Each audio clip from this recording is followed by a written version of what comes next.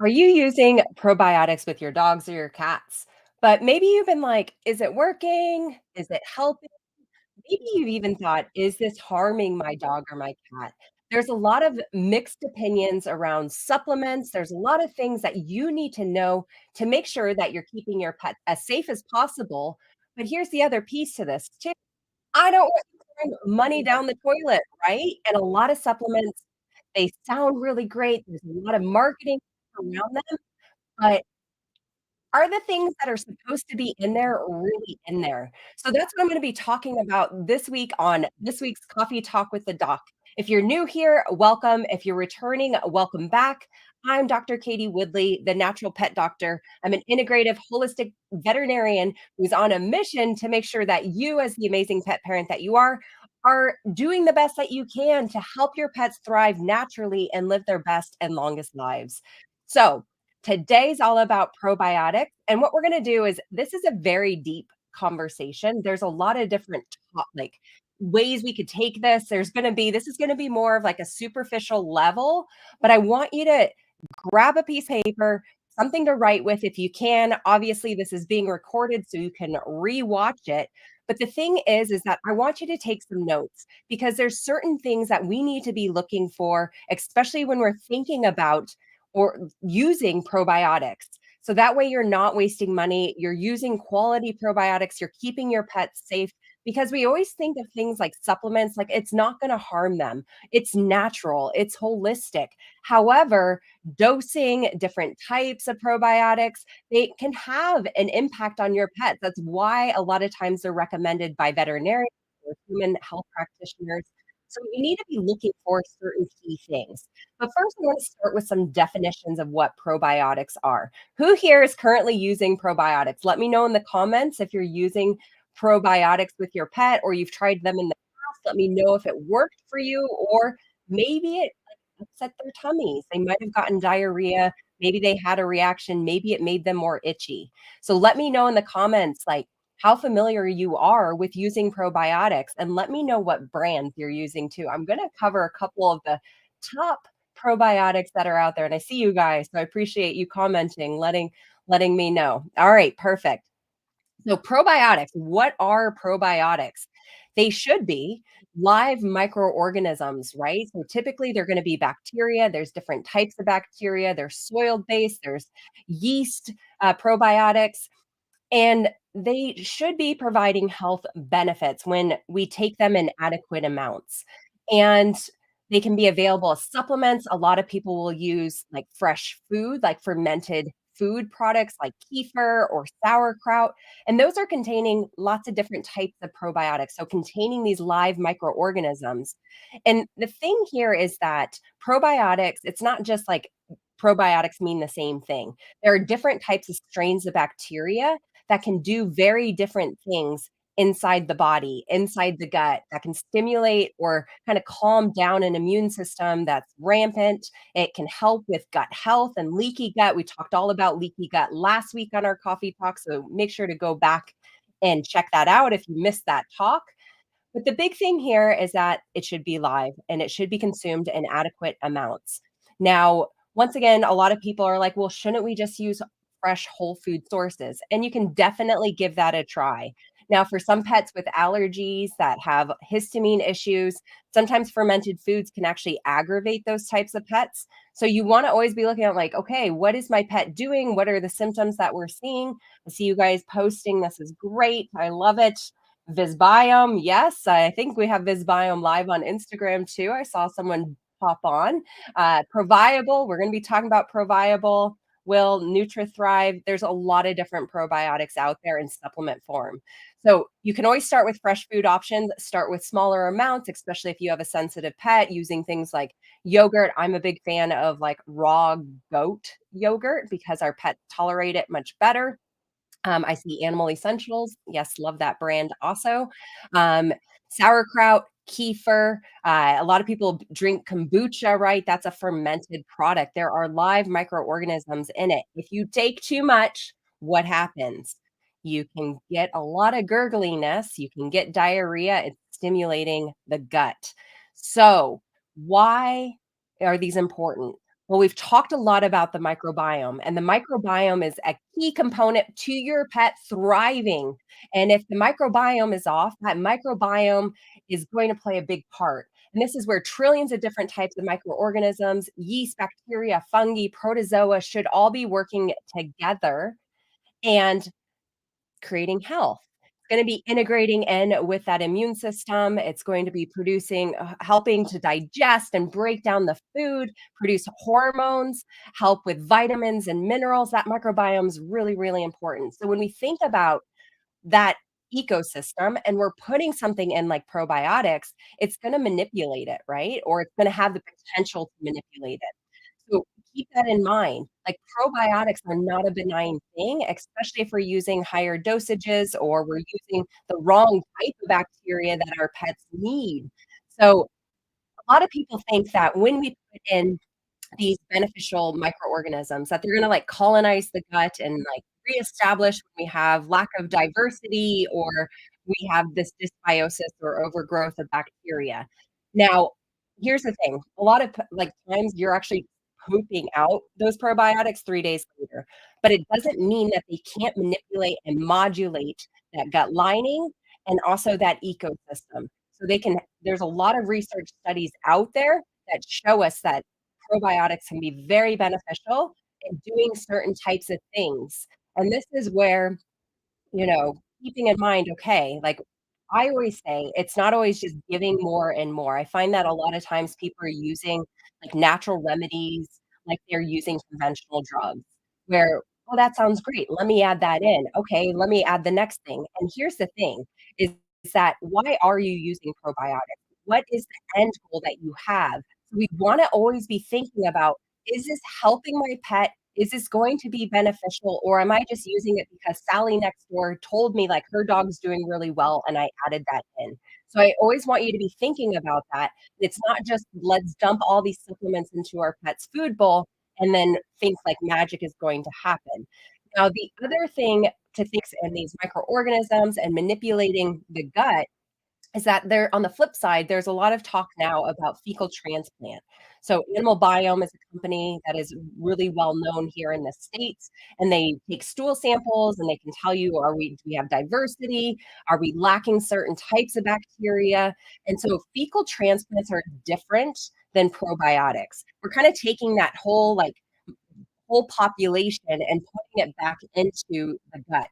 So when we're talking about probiotics, and this is where I'm going to go through some popular vet brands that you may have your pet on right now, or your vet may be recommending. We need to know, okay, well, what types of strains are we putting into, like, are we using with these supplements?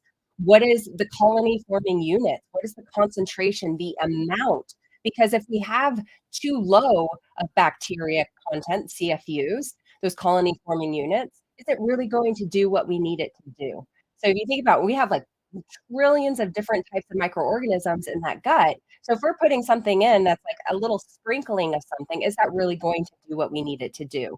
So a lot of times when I'm looking at using probiotics, I'm looking at using different types, taking a break. We're not using it every single day. Now, there are pets that have things like inflammatory bowel disease, they have allergies, their immune systems are in disarray, where probiotics can be the game changer for these pets, especially if you can't access like fecal transplant therapy and stuff like that.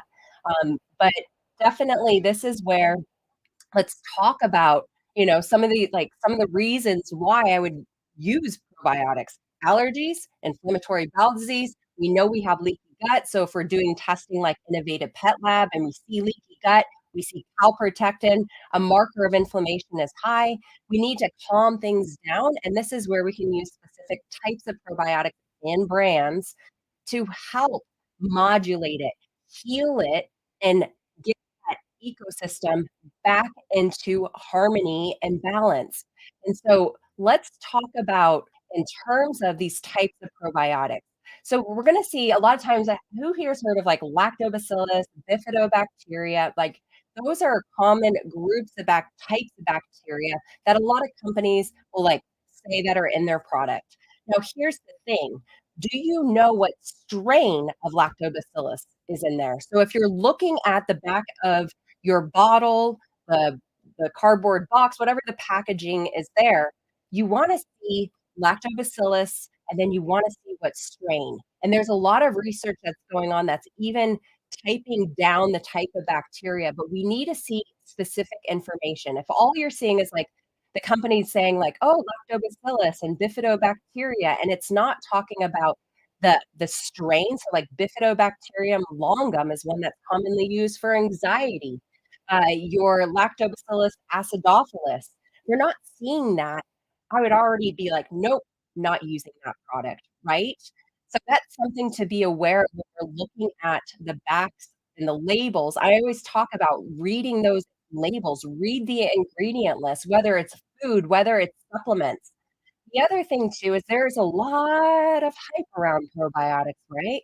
This will do this will fix that, and here's the thing, the supplement industry is not well regulated, and so there can be a lot of, like, probiotic claims and marketing hype that can come with these products, and that's what grabs people, right? Of course, I want my pet to feel the best. Of course, like, I wanna, like, heal my pet's gut. I wanna get rid of the diarrhea. But the thing is, like, okay, well, what is in that product? Are they doing the testing? And how would you know that, right? Like, who here's wondering that? Or have you even thought about, like, those types of things? So when we're looking at things that you need to be aware of, for one, is the company doing research? This is where companies like VisBiome, 100% hands down, love you guys. Like, this is where there is research that they are doing to showcase, like, what types of strains are present, what is the colony forming units, and they're also testing the product to show that it actually has what it has in it, and it's still alive. That's key. When we think about a lot of these products, where are they going? They're sitting in an Amazon warehouse that's hot, it's not temperature regulated, and it's kinda like the environment of the gut. And so, what's gonna happen? Those types of those probiotics, are they actually gonna be live when we actually go to use? So we need to be looking at manufacture date and expiry date. So when you get the product, if it's sitting there on the shelf and we are, like, really close to expiry, do we really think any of those bacteria are gonna be alive? There's gonna be not much there, and essentially, you're just putting something that is dead into your pet and hoping for a miracle at that point, and you just wasted a lot of money. These supplements are not cheap, right? So I wanna make sure you're not wasting money on your pets and we're getting the results that we want. That is key. So let's talk about in terms of some of the things I look for when let's look at brands first. Who here wants to learn about some of the brands that are really popular? So this is where, this is gonna be a little heated, I have a feeling, but let's go there, right? Why not? So Proviable, who here is using Proviable? Proviable Forte, Proviable DC, this is one of the most common probiotics that a vet clinic will carry. And so, yep, okay, I see you guys, a lot of people I think are using Proviable, Viable, Proviable. So what are my thoughts on Proviable? So in terms of Proviable, it's, it's it's a big company that makes it, right? And then the other thing that I look at with Proviable, I always look at the ingredient list. So I wanna see, especially since I work with a lot of really sensitive pets that have a lot of gut health issues, I wanna see that there's not a whole lot of fillers or excipients that are part of that, and a lot of times too, flavoring. If I'm working with a pet who has a lot of food sensitivities, they have severe leaky gut, we have a gut permeability issue, I don't wanna add more into that pet's body that they have to, like, process and they could potentially have a reaction to. So if you've used any of these products or you're currently using a product and they're having a reaction, we need to look at there can be a lot of reasons. It could be the dosing issue, but it could also come down to what else is in that product. And so when I look at Proviable and I'm like, okay, they're actually listing out the types of strains. It's not just one strain. So we're using a couple different ones. I believe there's 5 in that product. But here's the kicker. When I start looking at the ingredients that are also in that, I'm like, "Uh-oh, we've got a problem here." And one of the biggest issues that I have with Proviable is that, for one well, okay, there's a couple. They're usually sitting on the shelf, it's not being refrigerated, so how much of, like, the live bacteria are actually there? Concerns already, but the ingredients. The last ingredient is the most concerning for me, and it's titanium dioxide. Wait a second, wasn't that in, like, sunscreen, and then, like, the FDA, like, started talking about how it's, like, carcinogenic? Yes, they were. Oh, and FYI, last year, uh the European Commission banned titanium dioxide as a food additive in the EU following an opinion from the European Food Safety Authority that it's no longer considered safe. Huh. So why would we put that into our pets, like, supplements, right? Like, this is where I'm like, "Huh, that's interesting," right? 7 strains. Thanks, Jeff. I don't use it enough to be honest, like, but here's the thing, this is why reading that ingredient list is so, so, so important. So titanium dioxide is the white, it makes things white. That's why we use, like, it's used in sunscreen. I don't recommend it, and the problem is that it's a common food additive, so it's used as a coloring agent, but it's a nanoparticle, and so what happens is we have this really small particle size, and the thing is that studies have actually shown that it can induce inflammation, oxidative stress, and damage to certain cells in vitro and animal studies. Well, that's great. Like, so we're using Proviable to help heal the gut, but we're actually creating more potential inflammation and oxidative stress. Like, that's not good. And also, Proviable is not cheap. So, we need to make sure that we're using products that are gonna support versus, like, keep you stuck in this vicious cycle that's going to lead to more harm, right? So you're like, "Well, they might have improved a little bit because we have potentially some of these bacteria that are doing and helping, but they're also fighting against the ingredients that are part of that product too." So something to keep in mind. Also too, if you're using any of, like, the base products, like, your pet could have a food sensitivity. Are there a lot of sugars that are included in that too? Like, I wanna make sure that we're using something that is supporting our pets, especially when a lot of times you're going into the vet for acute diarrhea, and this is what your vet is recommending. We have to start asking them, your my colleagues, like, "Why are we using this? Are there other better products that we can use out there to help support my pets?" So, that one, X. I'm not a big fan. Not a big fan of that one. I don't use it anymore. Used to use it all the time because I thought it was like the bee's knees, and I learned better. So, this is where you guys can do better, and we can support companies that are doing things better in better ways that are gonna help your pets and support them. So, definitely. I know Nosley, like the rest, just went into the trash, right? It's expensive. Expensive jar, join the garbage. And it's something that, here's the other piece to this too. You'll find also when you're reading the ingredient list on these probiotics is that there, a lot of them will be using things called prebiotics. So I saw someone ask a question, probiotics versus prebiotics, very different things. Prebiotics are the food source for the bacteria. So these are gonna be things like inulin, or if there's, like, whole food options would be like Jerusalem artichokes, asparagus, mushrooms are also a prebiotic.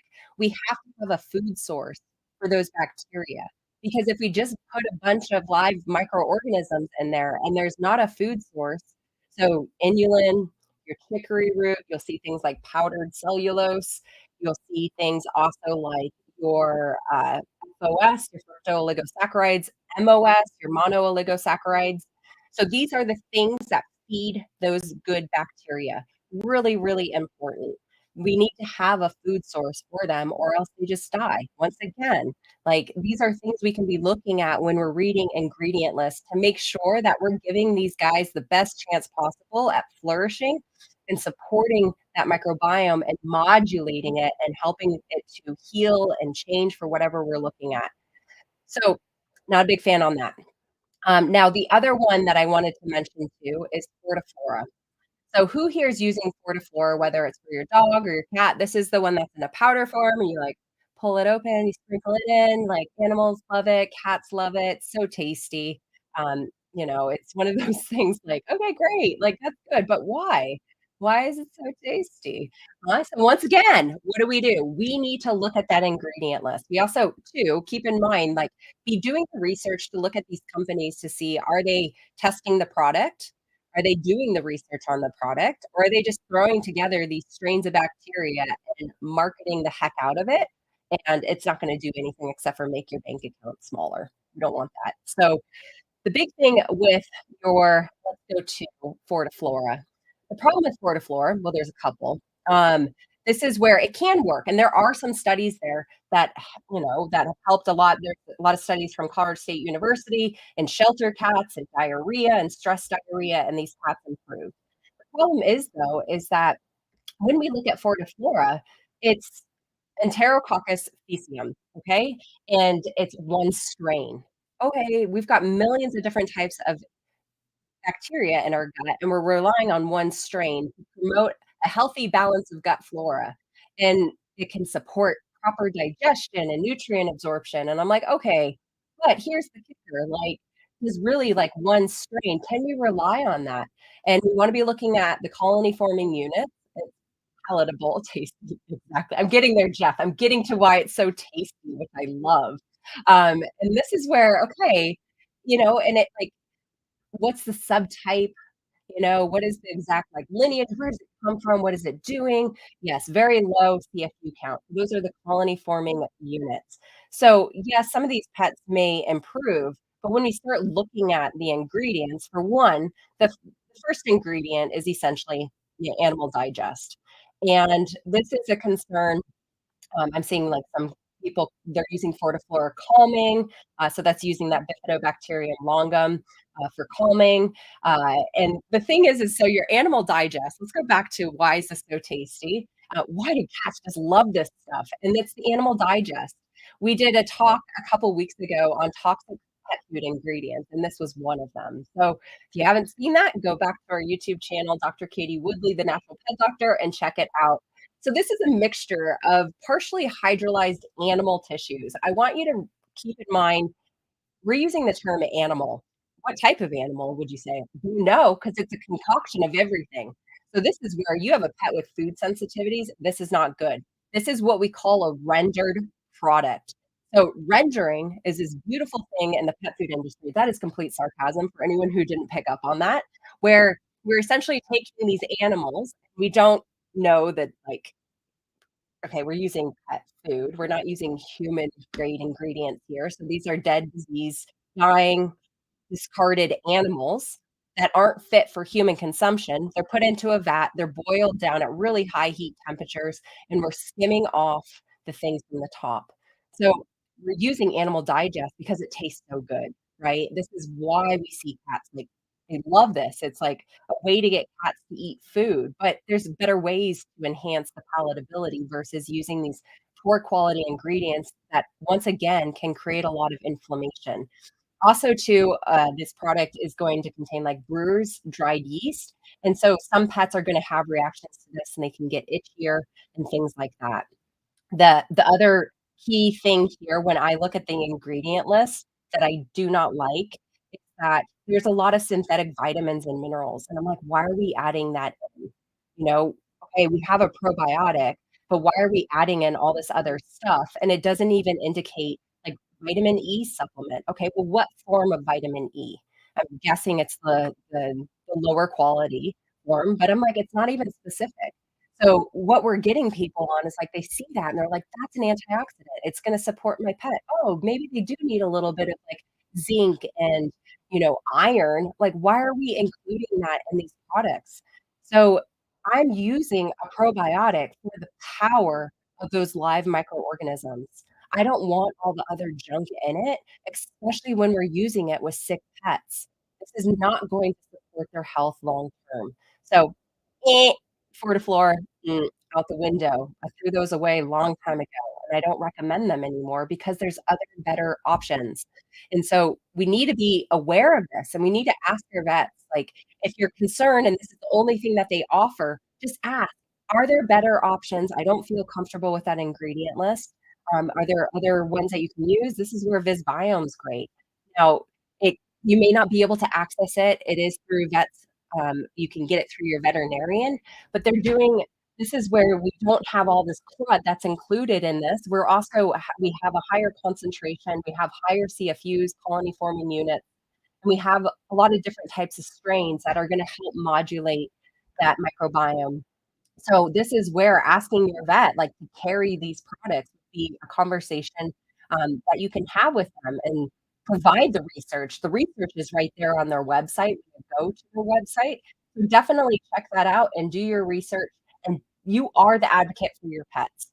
We can do better, and we can do much better in the vet industry, in terms but we have to ask. We have to have those more difficult conversations with our veterinarian. So, those are a couple, like, big ones because I know those 2 are the most common. I know when I worked in the traditional veterinary practice, every single clinic I worked in, whether it was in New Zealand or here in the States, we had them. So I know you're going to come into contact with that. So, in terms of looking at here's a couple of things for you guys to look at when you are assessing probiotics, and I just wanted to, like, list these things so you can take note of this if you have pen and paper or computer to type notes. We have to make sure we're determining the viability of the bacteria in those probiotic products. So it can be quite challenging, but there's a couple indicators. So once again, looking at the label, so better quality companies are going to list a viable count of bacteria. So these are measured in your CFUs, your colony forming units. Those should be listed on the product label. So you want to be looking for that. It's telling us the number of viable bacteria that were present at the time of manufacturing.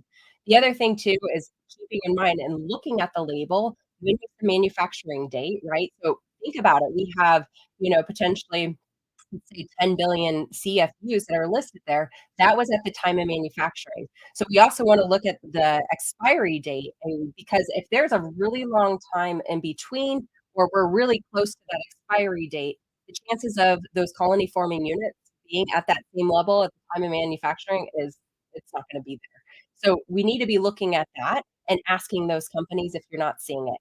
If they can't provide that information or the test, like I would not be using that company.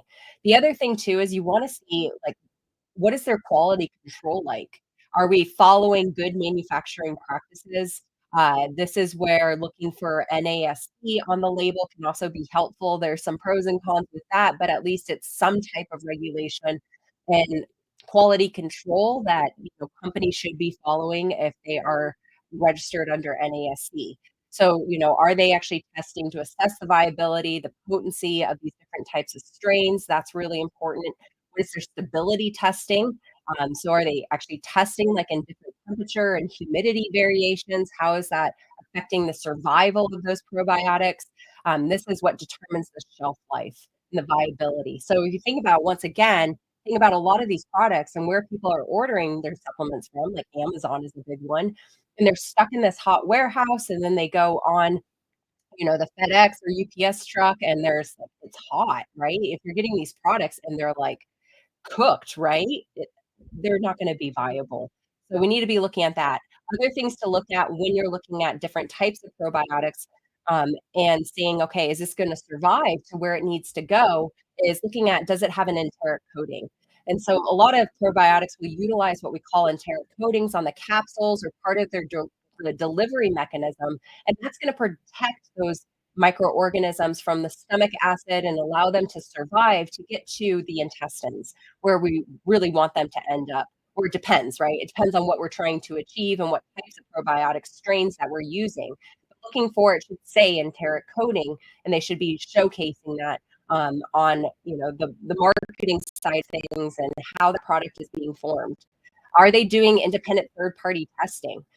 That's something to look at also. Just another question to ask that company. Now, they may not have all these things, but these are good things to ask. And to ask the veterinarian these questions too. Does this product tick off all of these boxes? And then, of course, looking at the clinical studies and the research that have been done to actually assess the effectiveness of these different types of strains and are going to really tell us what do we expect from this product? What are the health benefits or potentially why we shouldn't use this product because we may upset things. This is where pets and people who have things like small intestinal bacterial overgrowth or SIBO infections, there's different types of bacteria that can actually aggravate that or irritate you. And so if you see like a flare up, we have to look at for one, what else is in this product? Two, do we have an overgrowth of bacteria in our guts? And this is feeding that. So it's adding like fuel to the fire essentially. And three, like what's the concentration? What is the CFUs? And is this too much for my sensitive pet? And where you can, tweak the dosage. But if you're using something that's not doing anything except for adding inflammation, like we talked about with those other products, that's why we see pets flare up and get worse. So it's important to look at all these different variations, these measures of, making sure that what we're buying is going to benefit our pets. There are a lot of other products too, we didn't touch on your yeast based probiotics. So your Saccharomyces boulardii is one that has a lot of research behind it and can be used for things like acute diarrhea that can help and don't, even with like fecal transplants, it's not going to compete with those fecal transplants. It also can help with healing leaky gut. It can help reduce inflammation in that gut lining. So it can do a lot of different things. I recommend going to things like PubMed and typing in the different types of strains of bacteria just to get an idea of what do these specific bacteria do. Really, really important. The other thing too is the soil-based probiotics. So these are going to be things like your bacillus strains, Bacillus subtilis. There's also a lot of different substrains or subspecies also that are being studied, especially on the human side. And these are really helpful, especially when we have things like inflammatory bowel disease. And you might notice a lot of these products will include soil-based probiotics alongside like lactobacillus and bifidobacterium because of those different effects and like where they're located in the intestinal tract. But keep in mind, once again, it's modulating, it's not colonizing typically. There are some research articles that they're a little bit weary of like, okay, your soil-based probiotics, there if especially if you have an immunocompromised, severe leaky gut, there may be some issues with those products. So you want to have that conversation with your veterinarian. That goes with anything. Any new supplement that you want to try, anything that you want to do, have that conversation because is it work with like what you're if you're using an antibiotic and you're using, probiotics and it's the antibiotics just killing it, like that's another waste of money, right? I see that all the time with, your ProViable or your Fortiflora. Use this alongside the 7-day, 10-day course of antibiotics. I'm like, well, it just killed I mean, if there was anything in it alive anyways, let's be real. But we have to have those conversations with the veterinarian. So make sure you're doing your research. You're taking a look at what's out there. You're reading the ingredient list. You're asking the questions from the company. You're asking for research articles. If the company can't back up these things, I wouldn't use them. It goes with anything. It's like food products, we've talked a lot about food here and pet food companies. If you reach out to a pet food company and they can't provide that information, I wouldn't use them. Like, don't waste your money because for one, it could create harm for your pet. So these are really important things, and probiotics are so, I would say, overused, to be honest, for a lot of pets, but also too, a lot of pet parents that are well-meaning are wasting a ton of money on really poor quality probiotics. So do your research.